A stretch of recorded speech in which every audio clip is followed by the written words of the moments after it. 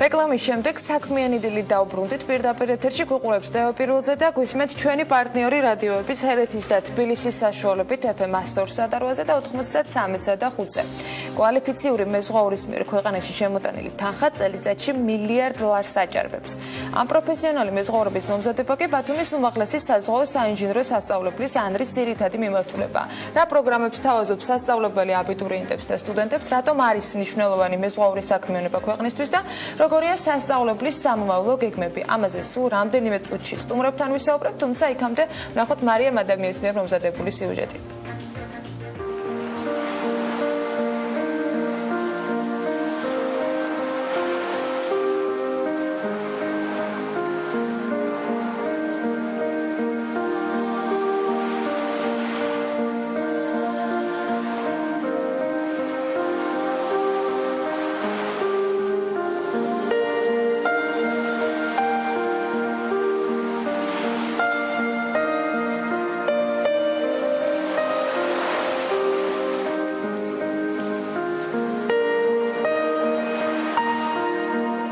პროფესიონალი მეზღვაურების მომზადება. ეს არის ბათუმის უმაღლესი საზღვაო საინჟინრო სასწავლებლის ანრის ძირითადი მიმართულება.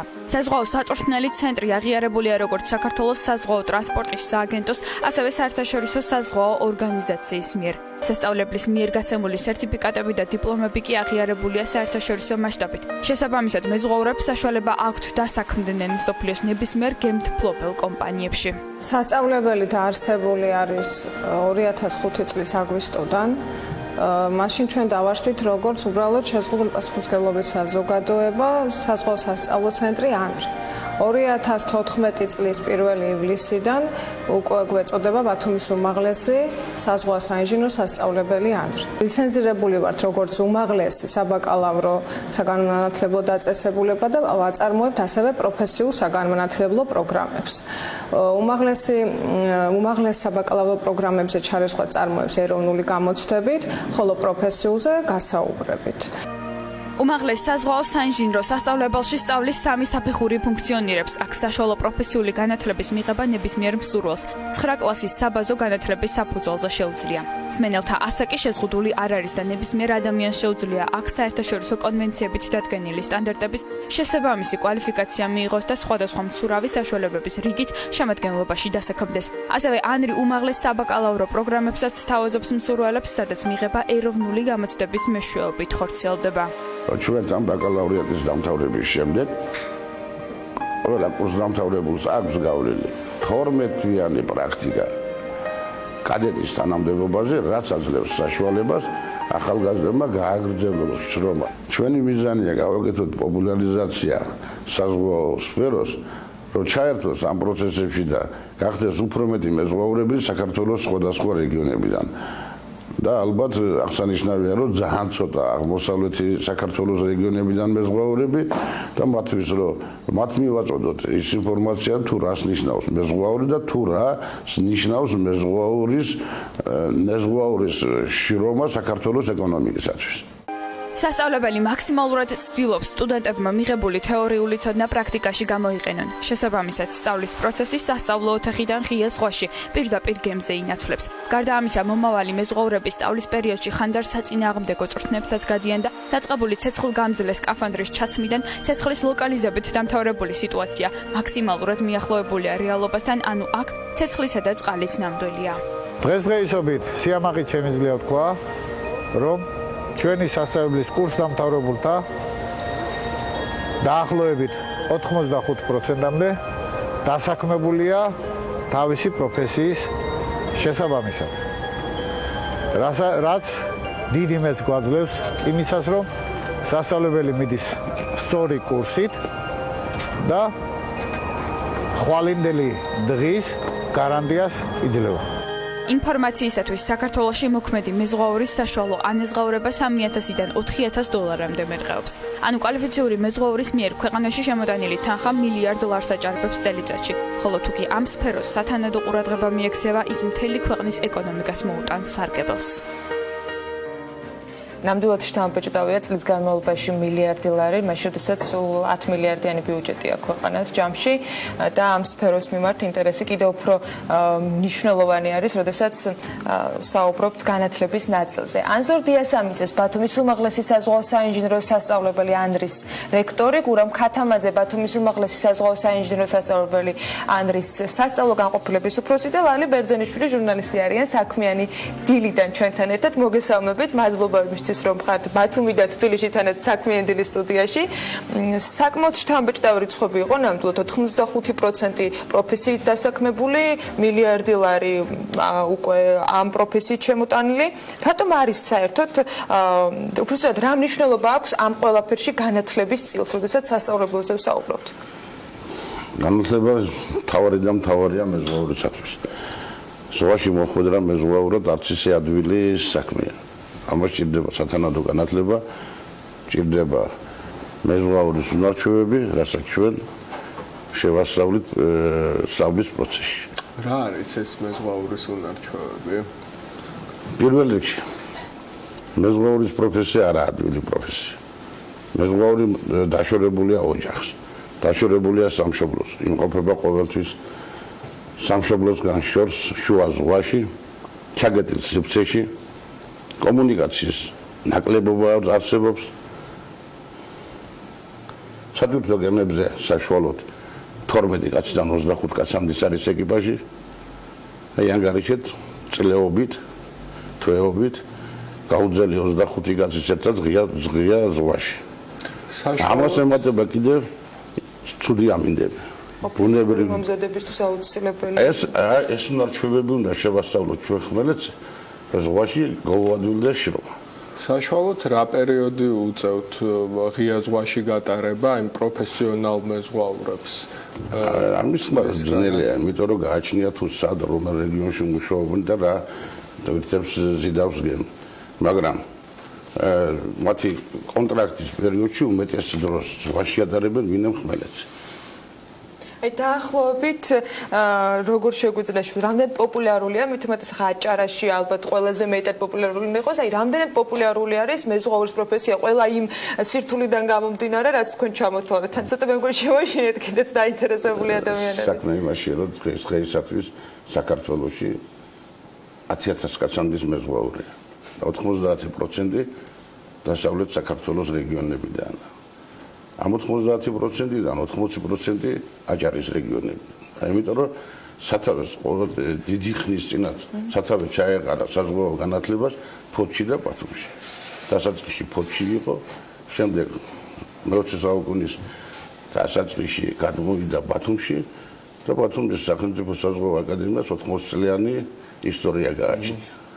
აი მთელი ეს პერიოდი რამდენად იყო სწორედ ამ პროფესიის შენარჩუნებისათვის მნიშვნელოვანი თავად აკადემიის მხრიდან, აი რა პერიოდები იყო, იმიტომ რომ რაღაც დროის განმავლობაში არც ისე ეხად შეიძლება პოპულარობის ნაწილი 10,000 ადამიანი არ არის ცოტა, მაგრამ იყო ალბათ უფრო რთული მომენტებიც. სასწავლებლის მხრიდან რა ხდებოდა ამ მიმართულებით? რთული მომენტები იყო აი იმ პერიოდში და დღესაც გრძელდება ეს მომენტები, რომ საქართველოს აღარ ყავს თავისი სანაოსნო. 2006 წელს ბოლო გემი გაიყიდა და დავჭით ჩვენი სანაოსნოს გარეშე. აი 2006 წლიდან დღემდე მეზღვაურებისა რთული პერიოდი იყო, იმიტომ რომ დასაქმების პრობლემები არსებობდა. დღეს როგორც არასდროს ამ უფრო მეტად ამ პერიოდის გამოკლებით. დღეს საშუალება არის ჩვენი მეზღვაურები დასაქმოთ ევროპის გემებზე, ევროპის დროშის ქვეშ მოცურავე გემებზე. სხვადასხვა მსხვილ კომპანიებში ამისათვის ერთადერთი პირობა, რაც რომ ეს კომპანიები თხოვლობს, კარგი ინგლისურის ცოდნა და კარგი სპეციალობა. ესე იგი ჩვენსგან მეითხოვება, რომ გამოუშვათ მაღალ კვალიფიცირებული სპეციალისტები და დასაქმების პრობლემა დღეისათვის არ არსებობს. ბატონ გურამთან გადავალ, აი ამ ყველაფრის უზრუნველყოფას ახერხებს სასწავლებელი. დაახლოებით რამდენი ადამიანის შეთავაზებას ახერხებს თქვენ ბაზრისათვის, რა უნარჩვევების, თქვათ, გატანა შეუძლიათ მათ უკვე სასწავლებელთან იმისათვის, რომ ის მოთხოვნები, რომელიც უკვე ამ შემთხვევაში მსოფლიო დონის საზღვაო სანაოსნო, თქვათ, პრობლემებიდან არსებობს, რომ თქვენ დააკმაყოფილოთ. სასწავლებელი სტუდენტებს თავაზობს ორი ძირითადი სახის საგანმანათლებლო პროგრამებს. ეს არის უმაღლესი ბაკალავრიატის საგანმანათლებლო პროგრამა, სადაც მიღება ხორციელდება ეროვნული გამოცდების საფუძველზე და პროფესიული საგანმანათლებლო პროგრამა, რომელიც სადაც ღებულობთ ხალხს გასაუბრებით. აქ შეიძლება როგორც საშუალო დამთავრებული მოვიდეს, ისე 9 კლასის ბაზაზე. შეთავაზებით ბაზაზე ეროვნული გამოცდებით როგორ ეროვნული გასაუბრების საფუძველზე, სადაც ღებულობთ პროფესიულზე. აი იქ. სავსებით საკმარისია პროფესიული დონეზე 10 თვიანი სასწავლო კურსი გაიაროს, რომ იმიდან ჩამოყალიბდეს სპეციალისტი. ამის შედეგები ნამდვილად გვაქვს გამომდინარე იქიდან, რამდენი ყავს გამოშვებული, რამდენი პიროვნება დასაქმებული თავისი სპეციალობით. აი ყოველწლიურად საშუალო დაახლოებით რა როგორ გამოიყურება ეს რიცხვი? 2006 წლიდან 2005-ში დავიწყეთ, 2006 წლიდან იყო გამოშვებები. მიდიოდა მზარდი მონაცემებით 2010-ში 2011-ში და 2012-ში ცოტა შემცირდა და ახლა ისევ გაიზარდა. მიდის მზარდი რა ქვია, არითმეტიკული პროგრესია იქნება, გეომეტრიული პროგრესია იქნება, რა აქვს მნიშვნელობა, მიდის მზარდი მონაცემებით. ახლა დაახლოებით ამ პერიოდში სასწავლებელს აქვს გაცემული 2254 დიპლომი. აქედან 14 კაცია, რომელსაც აქვს უმაღლესი ბაკალავრიატის საგანმანათლებლო პროგრამა დამთავრებული, 85 კაცია საშუალო პროფესიული რომ აქვს დამთავრებული და დანარჩენი არის პროფესიული. აქედან 85% რომ მიანგარიშეთ, საკმაოდ დიდი რიცხვი გამოდის უკვე ჩვენი სასწავლებლის ახალგაზრდა სასწავლებლის ბაზაზე. რა არის საშუალო ანაზღაურება მეზღვაურის?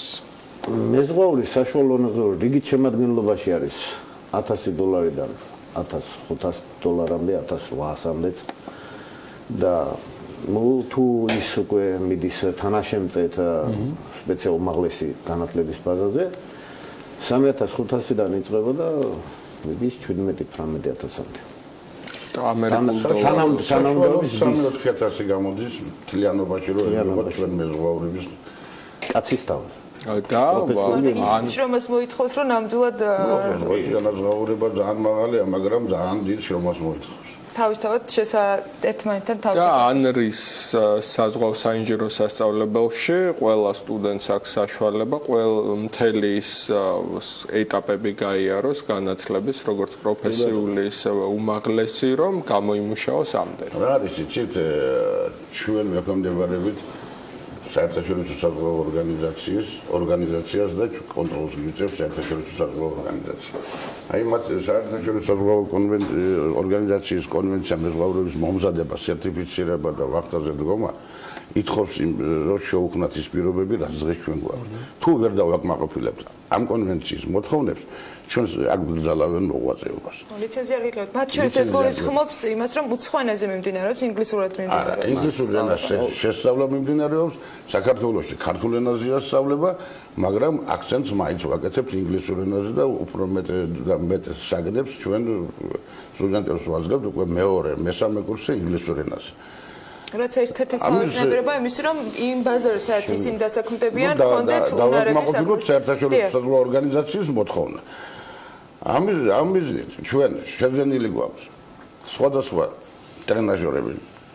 ეს არის კაპიტნის ხიდურის სიმულატორი, სამანქანე განყოფილების სიმულატორი, კავშირგაბმულობის სიმულატორი, რადიოლოკაციური სტანციების და ავტომატური რადიოლოკაციების ტრენაჟორები.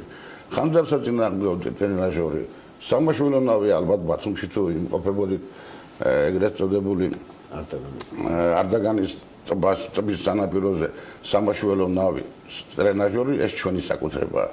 ჩვენ გვყავს სასწავლო გემი კაპიტანი ოთარ ჩახვაძე, რომელიც ემსახურება ჩვენი სტუდენტების ზღვაში გაყვანას და საზღვაო უნარჩვევების შესწავლას. და აი ყველა ეს მონაც ჩვენის ბაზა იძლევა იმის საფუძველს, რომ მოამზადოთ მომავალი მეზღვაურები და გავზარდოთ მაღალ კვალიფიცირებული მეზღვაურები. და ლაპარაკი არის მაღალ კვალიფიცირებული მეზღვაურებზე, რომელსაც არ აქვენ არავითარი პრობლემა სოფლიოს ნებისმიერ საზღვაო კომპანიაში დასახლება. როგორ ხდება დაკავშირება სიტყვაზე კურსდამთავრებულის უცხოურ კომპანიებთან? ამის სპეციალიზებული ცენტრები არსებობს თქვენი უნივერსიტეტში. მეოთხე საფეხური, რასაც ქვია მეზღვაურის დასაქმება. მაქსიმალურად ვეცდებით დავამყაროთ კონტაქტი სხვადასხვა სოფლიოს სხვადასხვა გემთმობელ კომპანიებთან და ვეხმარებით ჩვენს კურსდამთავრებულებს დასაქმებაში. ერთ-ერთი მთავარი მომენტი არის მეზღვაურის გაზრდაში საზღვაო პრაქტიკა. რა თქმა უნდა. საზღვაო საცურაო პრაქტიკა. ამ გზით ჩვენ მოგვარებული გვაქვს ყველაფერი, გვყავს 3 კომპანია, რომელსაც მიყავს ბავშვები კადეტების თანამდებობაზე საზღვაო საცურაო პრაქტიკაზე. შემდეგ ეს კომპანიები თვითონ ირჩევენ, ვის დატოვებენ თავის კომპანიაში და იმუშავებს ჩვენი მეზღვაურები გააგრძელებენ მოღვაწეობას ზღვაში. ამ ხრივ თითქმის პრობლემა გადაწყვეტილი გვაქვს ჩვენი სასწავლებლის სტუდენტებისათვის. ქაბატონო ლალი, რა არის თქვენი გადმოსახედი და პროფესიით ჟურნალისტადებით, თქვენი გადმოსახედიდან ის თავარი ამ შემთხვევაში მიმზიდველობა, რაც ამ სასწავლებელს მეზღვაურებისათვის აქვს და რას გამოყოფდით სასწავლებლისათვის აუცილებელ წინაპირობად, რომელიც ამ შემთხვევაში ანდრის მხრიდან არის სრულად წარმოდგენილი. კარგით, ყველაზე მნიშვნელოვანი არის ის, რომ ეს სასწავლებელი დაარსების დღიდან სრულნავს ამ განათლების ამ სფეროს პროპაგანდაზე, იმიტომ რომ თვალნათელია, ბათუმში როცა ჩამოხვალთ, ცხოვრების აბსოლუტურად სხვა რიტმი და სხვა ფერი აქვს გარემოს და ეს არის მეზღვაურების დამსახურება. აი მეზღვაურებმა სტატისტიკა მოგახსენათ ბატონმა ანზორმა, ბატონმა გურამმა ილაპარაკა ამის შესახებ, რა მნიშვნელოვანი ფინანსური თანხის შემოტანა შეუძლიათ ქვეყანაში, თუმცა მათი დახარჯული ფული ეს არის დაახლოებით ისეთი, როგორცაც ტურისტი ხარჯავს თავის ქვეყანაში, ჩვენს ქვეყანაში, ეს ფული შემოდის რეალურად ვალუტა, ხო? და ნახეთ როგორ ცხოვრობენ, თქვათ, ბათუმში განსხვავება ნამდვილად იგრძნობა. და სწორედ ამ ბატონი ანზორის ინიციატივით მიმდინარეობს პროპაგანდა, რომ სხვა რეგიონებიც ჩაერთონ საგანმანათლებლო პროცესში და ყველაფერი მოაწყო იმისათვის სასწავლებელში, რომ ხელმისაწვდომი იყოს აღმოსავლეთში მცხოვრები ბავშვისათვის, სხვა ტერიტორიაზე საქართველოში მცხოვრები ბავშვისათვის ბათუმში ცხოვრება და განათლების მიღება. კამპუსი გვაქვს, რომელიც გათვლილია 100 კაცზე. ცხოვრებისათვის რა არის ამ შემთხვევაში? ყველაფერი აბსოლუტურად, ყველა განსხვავებით ბევრი ევროპული კამპუსისაგან, სადაც საერთო აბაზანები, თქვა და სველი წერტილები არის, აქ არის ყველა ნომერში თავისი დუშკაბინა, თავისი, თქვათ, ყველა პირობა შექმნილი, ვისათვის სართულზე არსებობს სამზარეულო ორგანიზებული, რომ ბავშვებმა იცხოვრონ პროფესიული განათლების მსურველებსაც აქვს შესაძლებლობა ამ მსახურებით გასაგებად. რა თქმა უნდა, ყველას აქვს სურვილი და პროფესიული მომზადება კიდევ არის ასაკის შეუზღუდველად, თუ კი ჯანი მოსდევს ადამიანს, 60 წლის ადამიანმა შეიძლება ჩააბაროს, ისწავლოს და წავიდეს და მე მიმეჩნია, რომ დღეს თუ ღირსეულად გინდა არჩინოს საკუთარი ოჯახი, თუ ბიზნესმენი არ ახარ და მაღალი თანამდებობის პირი შესაბამისი ანაზღაურებით, მეზღვაურის პროფესია ეს არის ის პროფესია, რომელიც შესაძლებლობას გაძლევს შეინახო ოჯახი და არა მხოლოდ იყო წლები, როცა ერთ მეზღვაურს ვალდებულებად ჰქონდა აღებული მთელი სანათისაოს პატრონობა და დღემდე ეს ტრადიცია მოსდევს ამ ქალაქს და ასეც გრძელდება. ბატონო ანზორ, აი რა მახასიათებელი უნდა ქონდეს ადამიანს იმისათვის, რომ მან ეიღა ამ ეთერის ყურებისას იფიქროს მეზღვაურის პროფესიაზე? პირველ რიგში ჯანმრთელობა. პირველი რაც რომ მოეთხოვება მეზღვაურს, უნდა იყოს ჯანმრთელი. მეორე რიგში თვითონ უნდა იყოს მონდომებული. გამიზნელება თქვა გახდება თუ არა მეზღვაური, რომელიმე ახლა და სანამ ის არ გავა პირველ პრაქტიკაზე ზღვაში. და სხვათა შორის ამისთან მონაცემები გვაქვს, რომ სტუდენტების 30% პირველი პრაქტიკის შემდეგ საზღვაო საქმეს სტოვებს. თუმცა ეს ნამდვილად საინტერესო და დიდი გამოწვევა. ის ღია ზღვას ტოვებს, თორემ არის საზღვაო პროფესიები, მე პორტებში მუშაობენ, ჩვენ გვაქვს ამდენი პორტი. იქ ყველა საზღვაო განათლებით უნდა იყოს. რა სიზნელეებს შეეჯახება მეზღვაური, ერთი ოჯახზე მოშორებას, აი კლიმატის ცვლილებას, გლახა ამინს. ჩადახურულ სივრცეს ამ თუ ვერ შეეჩვი ადამიანი ამ პირობებს ის ტოვებს ზღვას და გადმოდის ხმელეთზე სამუშაოდ, მაგრამ 70% რჩება და აღწევს უმაღლეს ზონეს. დღესდღეობით საქართველოს დღესდღეობით ყავს 400 შორეული ნაოსნობის კაპიტანი. ქართველები გამოირჩევიან, ქართველი მეზღვაურები, ქართველი მეზღვაურები მსოფლიოს საზღვაო სფეროში ერთ-ერთი ძლიერი მეზღვაურები. ნამდვილად თამბიშდა. გამორჩეულები არიან სწორედ აი მტკიცე ხასიათით, გამჭრიახი გონებით და გამოსავლის პოვნის უნარით. ეს ძალიან მნიშვნელოვანი თვისებებია. აი როგორ ზომავენ ამ გამორჩეულობას მაგალითად. ამას ზომავენ გემსფლობელები. როგორ ზომავენ, იცით, ეკიპაჟის მუშაობის მახასიათებლები. ხო ჯამდება რა წელში 6 თვეში თუ ერთ წელს ეკიპაჟი სადაც ქართველი კაპიტანია, ქართველი უფროსი მექანიკოსია. ეს არის ძლიერი გემი, ძლიერი ეკიპაჟი, ძალიან პროცენტულად ნაკლები ავარიული შემთხვევები, ვინემ დაპუსტიმ იგივე ფილიპინელი ან ჩინელი ან კიდევ სხვა. საერთოდ აი საბჭოთა კავშირის პერიოდში საქართველოს საზღვაო санаოსნო ითვლებოდა წარმატებული სანაოსნო და ყოველთვის გამარჯვებული გამოდიოდა. ასე რომ საქართველოს მეზღვაურებს ძალიან დიდი ისტორია და გამართლებული ძლიერი ისტორია აქვს. დარწმუნებული ეს კიდევ უფრო საინტერესო და კიდევ უფრო მეტი წარმატებით გაგრძელდება. მით უმეტეს სასწავლებელს საკმაოდ საინტერესო პროგრამა აქვს. სწავლის მსურველებისათვის შეთავაზებული. მე ვუსურვებ რა თქმა უნდა ჯანმრთელობას იმ ადამიანებს, ვისაც გაუჩნდათ სურვილი რომ მეზღვაურის პროფესიას დაეფლონ. ანზორ დიასამიძე ბათუმის უმაღლესი საზღვაო საინჟინრო სასწავლებელი ანდრის რექტორი, ამავე სასწავლებლის სასწავლო გაყოფილების უფროსი გურამ ქათამაძე და ლალი ბერძენიშვილი გწნობდნენ საქმიან დილაში. ჩვენ კი კიდევ ერთი თემა უნდა შემოგთავაზოთ. გამოცემა Forbes-ი, რომელიც თვეს ტრადიციულად ახალი ნომრით იწყებს. საინტერესო cover story, თანამედროვე ანტრეპრენიორები, ლიდერბორდები და